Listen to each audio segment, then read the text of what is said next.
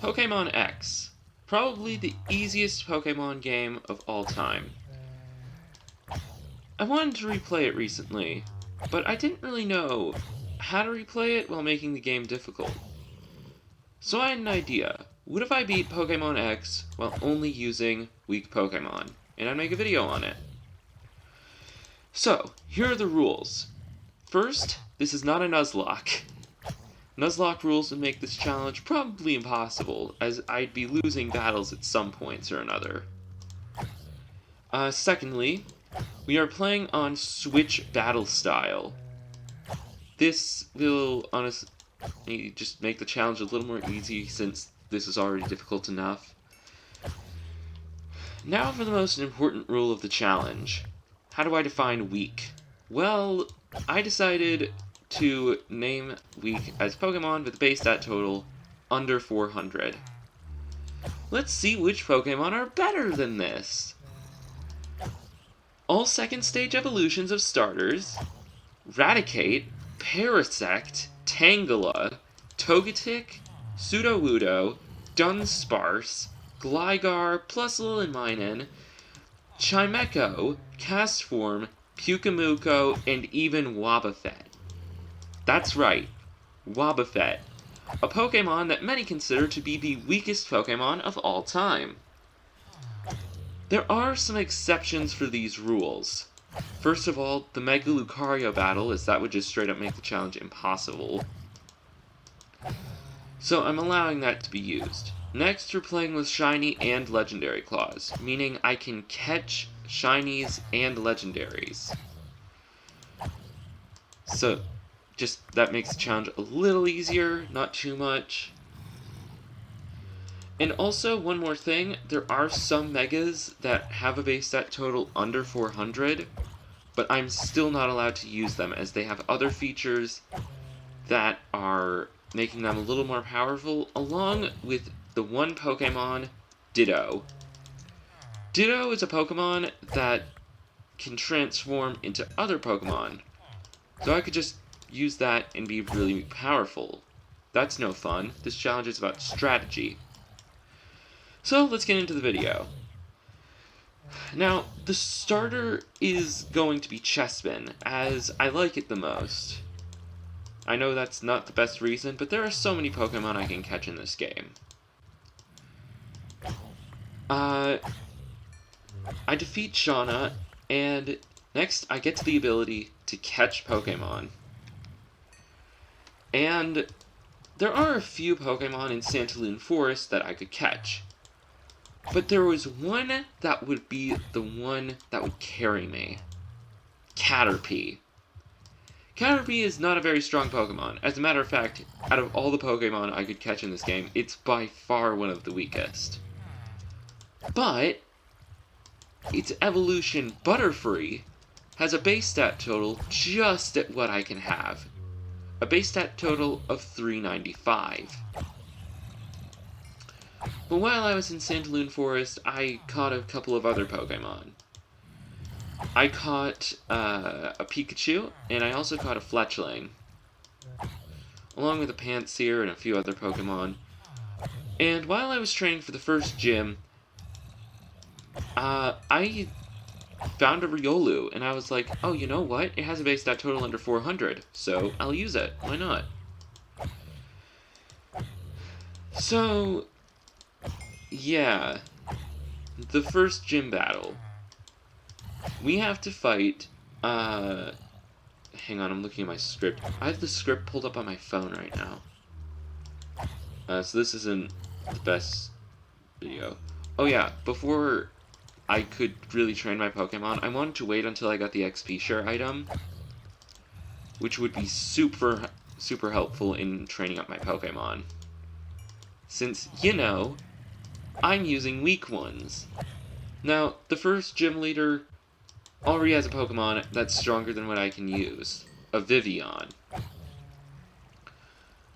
But I was able to defeat it using my entire team. Next, I got to Lumio City, after getting some the XP share item, and I went to Sycamore's lab. and he lets you pick a Kanto starter. So I picked Squirtle, because out of all of them, it's my favorite. So, this is interesting. My Pokemon are now trying to evolve, but I can't let them, because if I do, they'll become too strong. Well, except for one, Fletchinder. Oh yeah, and Caterpie evolved into Butterfree by now. After leaving Lumiose, I fought my rivals, then I got robbed by some rich people. I don't know why they rob people, it's so cruel. Then I got the Pokéflute, so I could wake up the Snorlax in my way. I was able to defeat it, and I moved on. At one point, I battled Team Flare, and then they let you choose a fossil, and I wasn't really paying attention, so I accidentally picked the Jaw fossil. Next is the second gym battle, and this gym leader was a total pushover. He uses two fossils, and Riolu was able to beat Amora and I actually forgot this. He basically swept him. We swept Grant easily. On my way to Shalur City, I met Karina, who uses two Lucario. And surprisingly, Riolu was actually able to beat her first Lucario. And Chespin was able to beat the second. So, Riolu beat its evolution. Pokemon anime, everybody. And before I challenged Karina at her gym, I decided to start training up a Spoink. This took forever. But let's get into the gym battle itself. First, I took out her first two Pokemon with Spoink. But then Spoink got KO'd by Hawlucha. Hang on.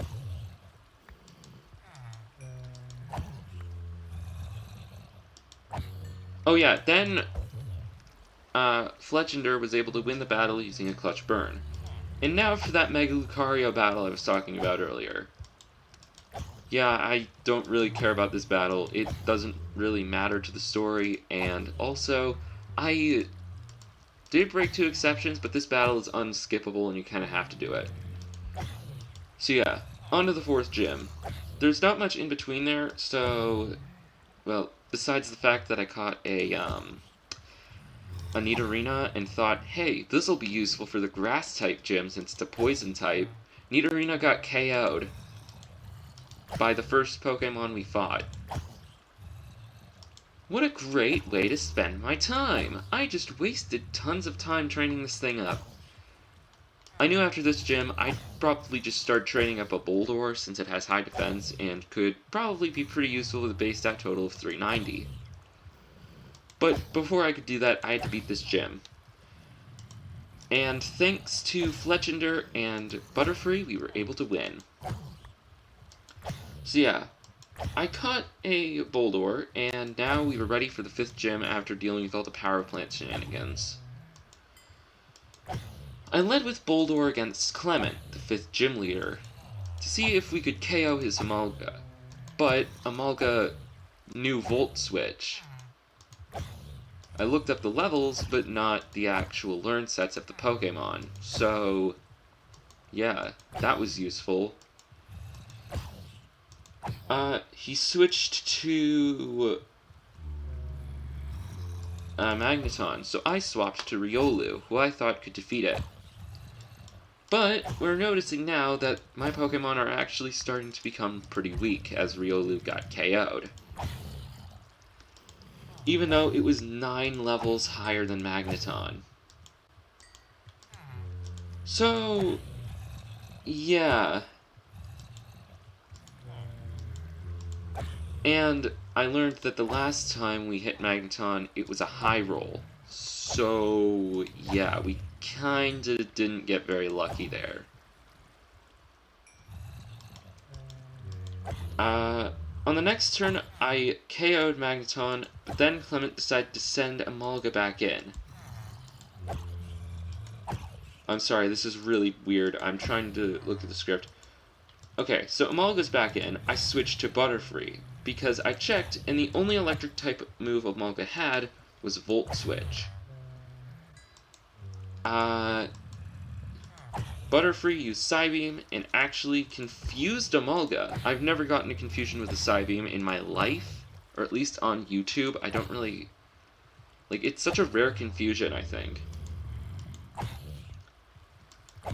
So, yeah, I KO'd Emolga on the next turn. I was now worried about... I was actually kind of worried about Emolga because it was flying and electric, which is good against my entire team, except for Boldore, who's already been KO'd. Now, all I had to do was defeat Heliolisk, and Riolu was still up. I made a mistake earlier saying that it was down. It was still up. So yeah, next was Heliolisk, a normal and electric type, so I think Riolu will be able to take it down. But Riolu got outsped and O-KO'd, or KO'd.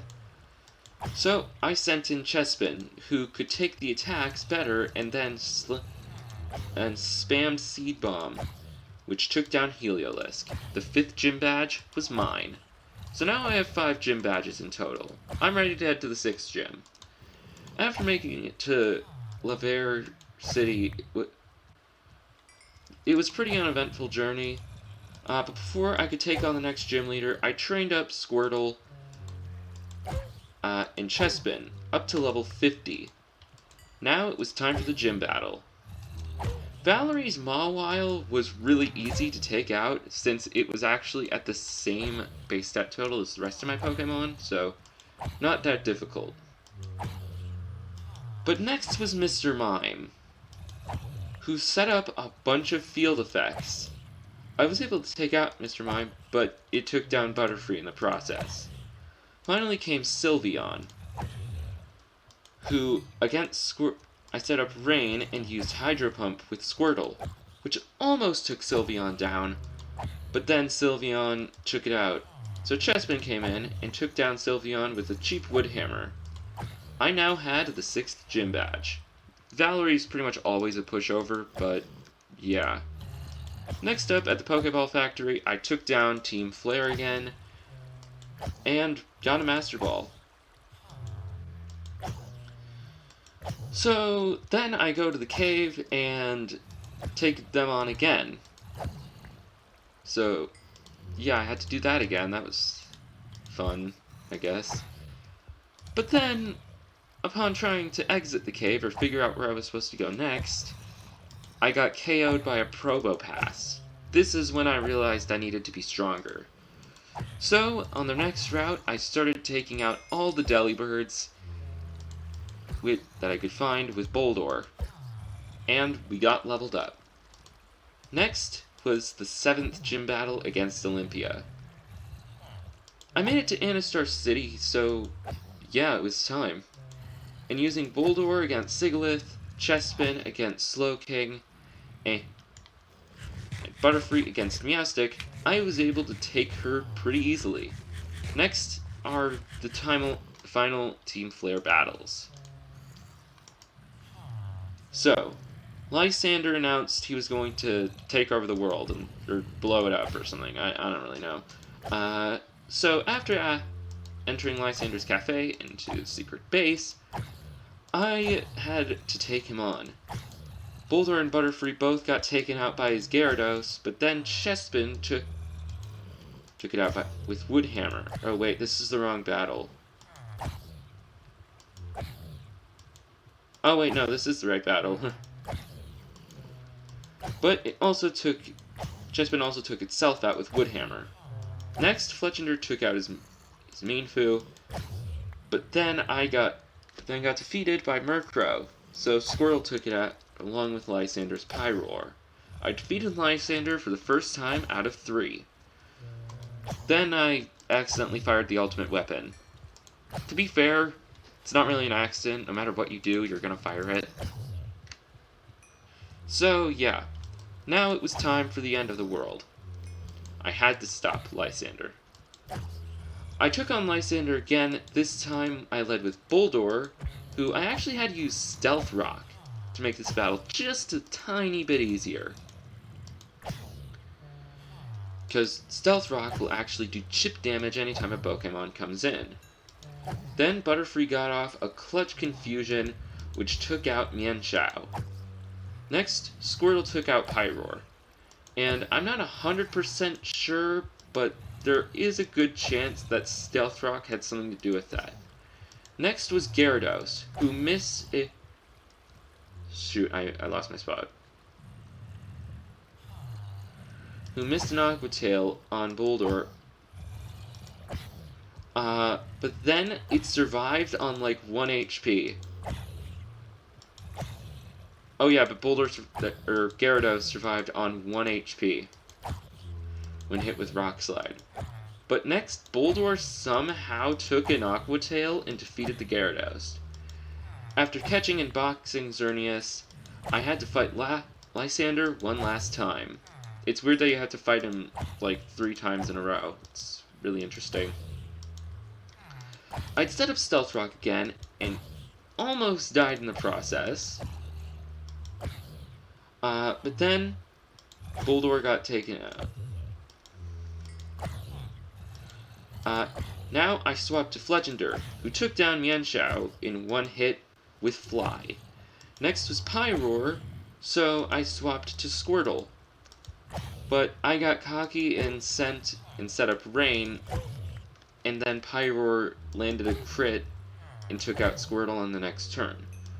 So now came Riolu, who had to use Reversal and take down Pyroar. The reason I had it use Reversal is because that's a move that deals more damage depending on how much damage you've taken. So we take a hit and we do more damage.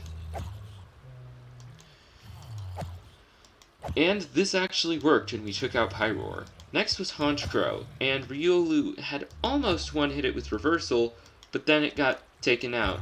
So Fletchinder took out Honchkrow with a Flame Charge. Then came the Pokemon I was most scared of, and actually when I was having the ideas for this run, I was really terrified of this Pokemon. Mega Gyarados. Lysander's Mega Gyarados wasn't too big of an issue for Butterfree, but having a base stat total above 600 is pretty scary. But something that seriously surprised me happened. We O-code it with Butterfree somehow O-code Gyarados. Since Mega Gyarados is both a Water Dark type, that had something to do with it. It was a super effective hit. But still, we were so weak, I was very surprised.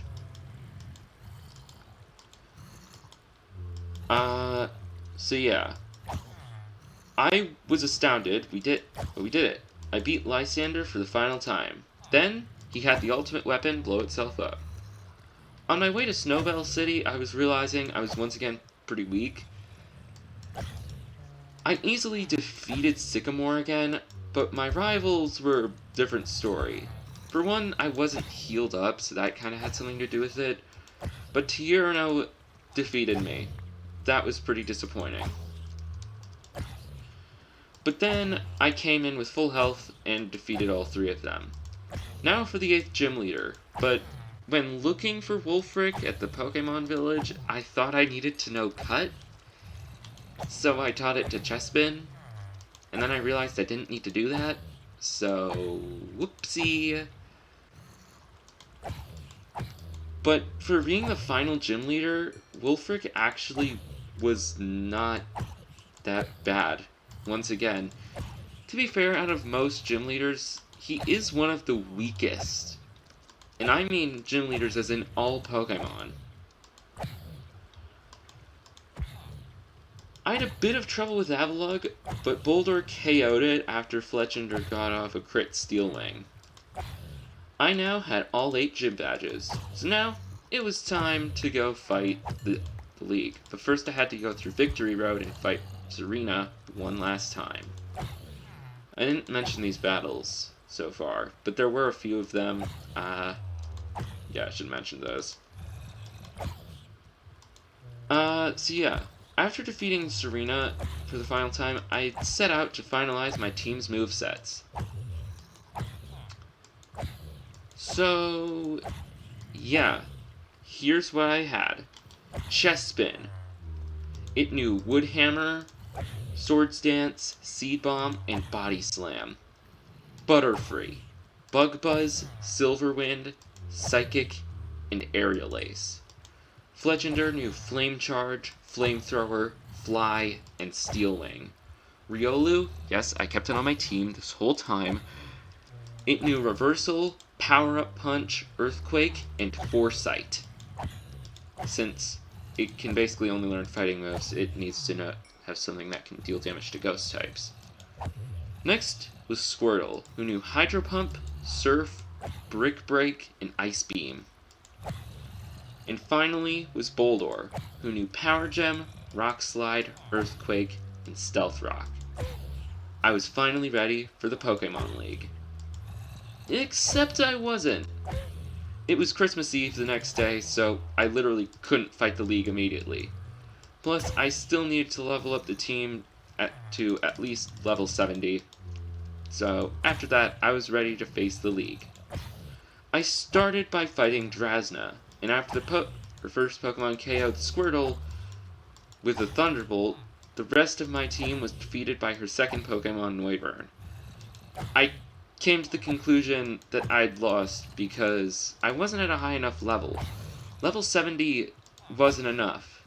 I needed to get up to level 80. After a very long time, in the meantime I even found a shiny, I was realizing this Victory Road is going to be very hard for me to train on. There are so many Pokemon that could easily defeat me. Girder with Stone Edge and Hammer Arm, Haunter with Destiny Bond and Hydro Pumping Floatzel, Lickitung with Ring Out, and not to mention Graveler with Explosion. But I found out what to do. I learned the water just outside the final cave had a 60% chance of spawning Lombre, which are very easy to take out. So, I fought a bunch of Lombre, and eventually took on the league again. First up was Drasna again. This time I led with Boldore, knowing Dragalge was first. Boldore's Earthquake one-hit Dragalge, and next was Druddigan, who I sent in Squirtle for. But after taking it down with an Ice Beam, I got hit with a Dragon Tail. Dragon Tail's a move that swaps out your Pokemon, so Squirtle ended up getting swapped for Fletchender. Now, after using Fly, I actually didn't KO, but after getting it hit with Revenge, Fletchender's Flame Body activated. Then, after using Steel Wing, which didn't KO Druddigan, Druddigan missed its attack and got KO'd by its burn. Next was Altaria, when I swapped back to Squirtle, who OHKO'd it with an Ice Beam. Next was Noivern, the Pokemon who just outdid my entire team last time. It outsped and KO'd Squirtle, so I sent in Boldore, who used Power Gem, which almost KO'd Noivern, but it lived on a very small amount of HP, which I knew... Wait, where was I?